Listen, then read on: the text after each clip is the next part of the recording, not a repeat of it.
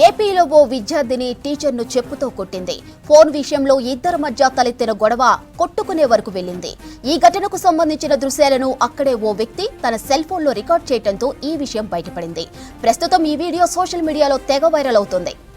విజయనగరంలోని ఓ engineering college విద్యార్థిని తమ teacher తన ఫోన్ తీసుకుందని ఆమెతో గొడవపడింది. ఫోన్ ఇవ్వమని అడిగినా టీచర్ ఇవ్వకపోవడంతో ఇద్దరి మధ్య వాగ్వివాదం జరిగింది. ఈ క్రమంలోనే సహనం కోల్పోయిన విద్యార్థిని టీచర్ను బూతులు తిడుతూ చెప్పుతో కొట్టింది.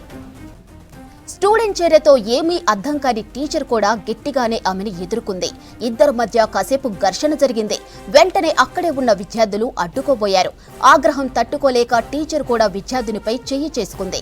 కొందరు విద్యార్థులు ఈ ఘటనను చూస్తూ తమకేమీ పట్టనట్లు అక్కడి నుంచి వెళ్తూ కనిపించారు. మిగతా విద్యార్థులు మాత్రం అసలక్కడ ఏం జరుగుతుందో అర్థం కాక అలా నిల్చుండిపోయారు.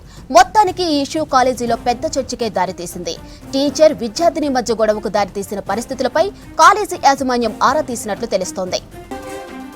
అయితే ఈ వీడియో చూసిన కొంతమంది రకరకాలుగా కామెంట్స్ చేస్తున్నారు.